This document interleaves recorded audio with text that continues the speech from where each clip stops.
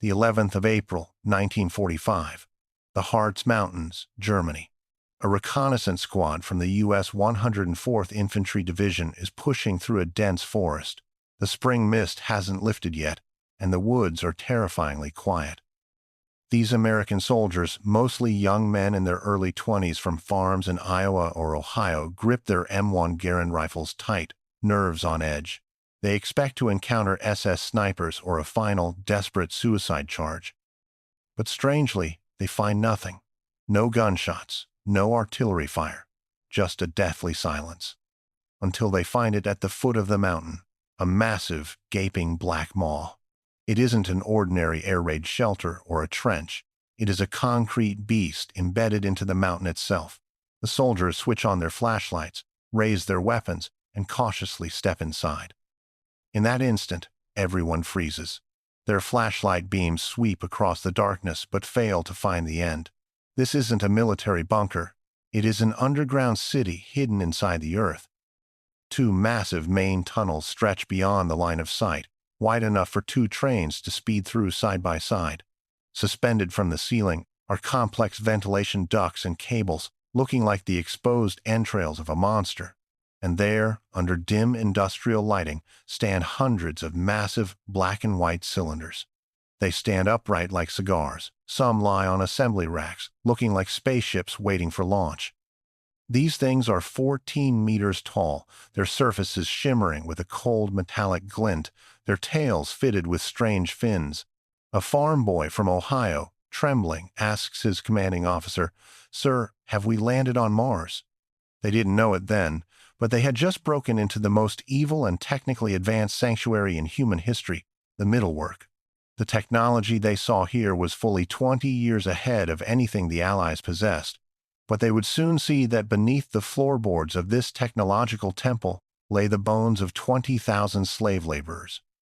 Today, we're going to talk about the most sci-fi horror chapter of World War II, how the U.S. Army went from fear to greed the moment they faced the Nazis' doomsday tech. To understand the terror these GIs felt, we must leave this grim factory for a moment and cut to London, 1 year earlier, in 1944. By then, Londoners were used to air raids, German bombers, and even the early V-1 missiles, the buzzing flying bombs, were terrifying but predictable. You could hear them coming, buzz, buzz, buzz, then the engine would cut out, followed by a few seconds of silence, then the explosion. That silence was your chance to run. But the V-2 was different. The V-2 was death on silent mode. On the evening of the 8th of September, 1944, in Chiswick, West London, there was no air raid siren, no planes on radar, no engine hum in the air. Suddenly, a deafening crack. The street instantly turned into a crater 10 meters deep. 3 houses vanished into thin air. Dozens died instantly. Londoners were bewildered. Was it a gas main explosion? Did the Germans invent an invisible plane? Then, more explosions followed. People discovered a terrifying rule. You never hear it coming. If you hear the explosion, it means you are alive. If you die, you won't even know how it happened. This was the V-2 ballistic missile, the first man-made object to break the sound barrier. After launch, it would punch through the atmosphere, touch the edge of space, and then dive vertically at 4 times the speed of sound. At that speed, it left sound far behind. For Allied scientists, this was completely off the charts.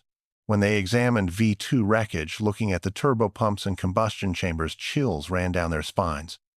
This wasn't a plane, it was a spaceship.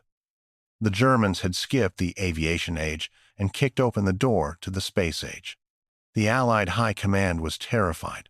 General Eisenhower later privately admitted that if the Germans had used this weapon on a large scale 6 months or even 3 months earlier, the Normandy landings might have been impossible because British ports would have been reduced to rubble. It was a race against time, and the Allies won by the skin of their teeth. Now, back to the Harz Mountains in 1945. That American recon squad was standing at the source of the nightmare. As they ventured deeper into the tunnels, the scene became increasingly surreal. The factory, codenamed Mittelwerk, Central Works, was suffocatingly vast. 2 main tunnels, 1.8 kilometers long, connected by 46 cross tunnels like a giant ladder, covering hundreds of thousands of square meters. Looking at the assembly lines, the American GIs felt like they had walked into a sci-fi novel illustration. They saw precision gyroscopic guidance systems at a time when humanity was still using compasses and maps.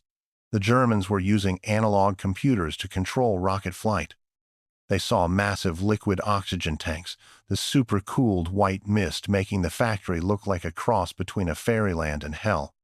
In a corner office, U.S. troops found blueprints scattered on desks, coffee cups still wet. The German scientists had clearly fled in a hurry. A U.S. technical officer who spoke German picked up a blueprint, glanced at it, and turned pale. He said to the soldiers, "My God, if what's on these papers is real, the weapons we're using right now are like Stone Age clubs." The Americans had one thought: thank God we won. If the war had dragged on another 6 months, if these lines had run at full speed, if the advanced models on those blueprints, the A-10 rocket capable of crossing the Atlantic to bomb New York, had been built, the world map might have been redrawn. But as they went deeper, the smell changed. At first, it was oil and metal normal. But slowly, a stench of rot, nauseating and thick, began to assault their noses. It was the smell of decaying bodies mixed with excrement and disinfectant. This smell led them from the temple of technology into the abyss of humanity. Deep in the factory and the adjoining Dora-Mittelbau concentration camp, the Americans saw sights they would never forget. This magnificent underground wall wasn't dug by bulldozers, it was filled with human lives. To maintain secrecy and speed, the Nazis used about 60,000 slave laborers. These were mostly resistance members from the Soviet Union, Poland, and France. They were locked in this sunless cave, working 12 to 14 hours a day. There was no sunlight, poor ventilation, and the air was filled with rock dust and toxic chemical fumes. With no protective gear, laborers moved rocket parts weighing hundreds of kilograms and chiseled through rock. The Americans found laborers so thin they were skeletal, skin clinging to bone like paper, eyes sunken deep into their skulls. At the end of the tunnels, they found piles of corpses. Some were discarded in abandoned shafts. Others were stacked by the crematoriums. Post-war statistics are chilling. Approximately 20,000 people died in this factory. It is a gruesome statistic. The number of civilians killed by V-2 rockets in London and Antwerp was between 5,000 and 9,000. The V-2 rocket killed more people in its production than in its detonation. It was a masterpiece of engineering dipped in blood. When the commander of the U.S. 104th Division walked in, he was enraged. One minute, he was awestruck by German tech. The next, he wanted to execute whoever was in charge. The soldiers looked at the exquisite rockets, then at the bodies at their feet, and felt a profound cognitive dissonance. How could a group of people possess the intellect to touch the stars, yet be so morally depraved they were lower than beasts? Behind all this was one key figure, the factory's technical director and the father of the V-2 Wernher von Braun. At that moment, this SS major wasn't waiting for judgment in the factory. He had taken his core team of scientists and tons of critical blueprints and was hiding in an Alpine hotel, carefully calculating his future. Von Braun was brilliant. He knew Germany had lost, but the technology in his hands was priceless. He faced a choice: surrender to the Soviet Red Army in the East or the Americans in the West. He once famously told a colleague, "I hate the Nazis, but I want to go to the moon. For that goal, I would make a deal with the devil." Now that the devil, the Nazis, had fallen, he needed a new patron for his dream. He chose America. And the Americans? After the initial anger and shock passed, the instinct of greed took over. Intelligence officials in Washington and the Pentagon read the reports from the front and saw red. They realized that whoever possessed these rockets and these scientists would hold the hegemony of the next era. Thus, a top-secret plan, codenamed Operation Paperclip, was quietly launched amidst the chaos of Europe. This wasn't a battle. It was a robbery, a heist against time, against conscience, and against their ally, the Soviet Union. In that Alpine hotel, Werner von Braun waited for his buyers. He sent his brother on a bicycle to find American soldiers on the roadside, delivering an opening line referenced in countless movies.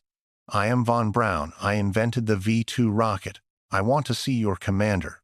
Meanwhile, in the underground factory at Nordhausen, U.S. commanders faced a massive diplomatic nightmare. According to the Yalta Agreement signed by the Big Three, Germany was divided into occupation zones. Unfortunately, the Mittelwerk factory lay squarely within the Soviet occupation zone. By international law, every screw, every blueprint, and every speck of dust in that factory belonged to the Red Army. The Americans were only there because they had advanced too fast. The Soviet troops were rushing toward them, expected to take over in June or early July. Washington sent a top-secret order with one core message: take everything you can move, blow up what you can't, leave nothing for the Russians. The craziest tech heist in history began. The U.S. Army V-2 Special Mission Unit went to work. Engineers worked like madmen. They commandeered every train car in the vicinity, even seizing local civilian trucks. In the dim tunnels, massive cranes roared day and night, loading complete 14-meter V-2 rockets onto trains. Even more critical than the hardware was the software, the blueprints and documents. The Americans found 14 tons of technical data covering every detail from engine design to aerodynamics. Soldiers didn't have time to sort it. They just boxed up every paper they saw. The operation lasted 9 days. In the end, the U.S. filled 341 train cars. This super train, loaded with 100 complete V-2s, countless parts, and all the documentation, roared west toward the port of Antwerp to be shipped to America. And then there were the brains. Von Braun provided a list of hundreds of top scientists and engineers. Under Operation Paperclip, the U.S. smuggled these Germans and their families out. It was called Paperclip because intelligence officers would attach a paperclip to the files of useful scientists, a signal meaning, "I don't care if he's a Nazi or SS, we are taking him." July 1945. The Soviet Red Army finally arrived in Nordhausen. The Soviet officers were full of anticipation. They had heard rumors of the magic cave. But when they walked into the tunnels, what did they see? Nothing. Empty space. Only heavy machinery that couldn't be moved, and piles of trash remained. The essence, the finished rockets, the core components, the blueprints, and the scientists had vanished into thin air. The Soviets were furious. Stalin reportedly smashed his pipe in anger. This event was the fuse for the Cold War space race. Although the Soviets only scavenged leftovers, some defective parts and second-tier technicians, they used their powerful reverse engineering capabilities to brute force a copy of the V-2, the Soviet R-1 rocket. From that moment on, the missile race between the two superpowers was essentially a contest of who could digest the stolen German legacy faster. But the story ends on a note that is perhaps the most unsettling of all. How did these paper-clipped German scientists fare in America? They didn't go to military tribunals. They weren't tried for enslaving labor at Dora. Instead, they were treated as VIPs. Von Braun became the darling of the U.S. Army, and later the soul of NASA. Over the next 2 decades, the U.S. carefully whitewashed this history. In the public eye, von Braun was a gentle scientist, a pioneer leading humanity to the cosmos.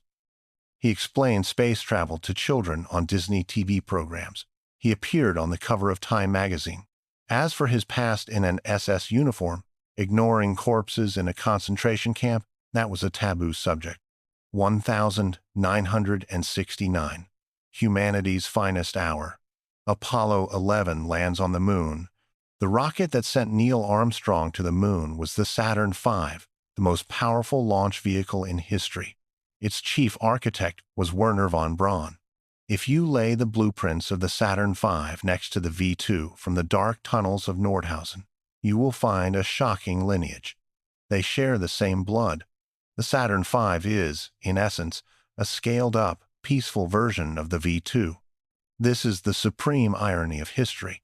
When Armstrong took that one small step for man, one giant leap for mankind, on the lunar surface, On the other side of the earth, in the abandoned tunnels of Mittelwerk, the ghosts of 20,000 laborers still wandered in the dark. Their deaths paid for humanity's technological leap. How do we judge this? Von Braun later wrote a self-defense in his memoirs. Science does not have a moral dimension. It is like a knife. You can use it to slice bread, or you can use it to kill. But when we look up at the stars and marvel at the greatness of human technology, we must not forget that the stairway to the stars was originally built on bones. World War II didn't truly end. It just changed form, continuing to burn on the launch pads of the Cold War. And that V-2 rocket, like a phantom, forever changed the trajectory of human warfare and exploration. That is the story for today. We peeled back the sci-fi exterior to reveal a core of fear, greed, and moral dilemma. If you enjoyed this hardcore historical breakdown, let me know in the comments.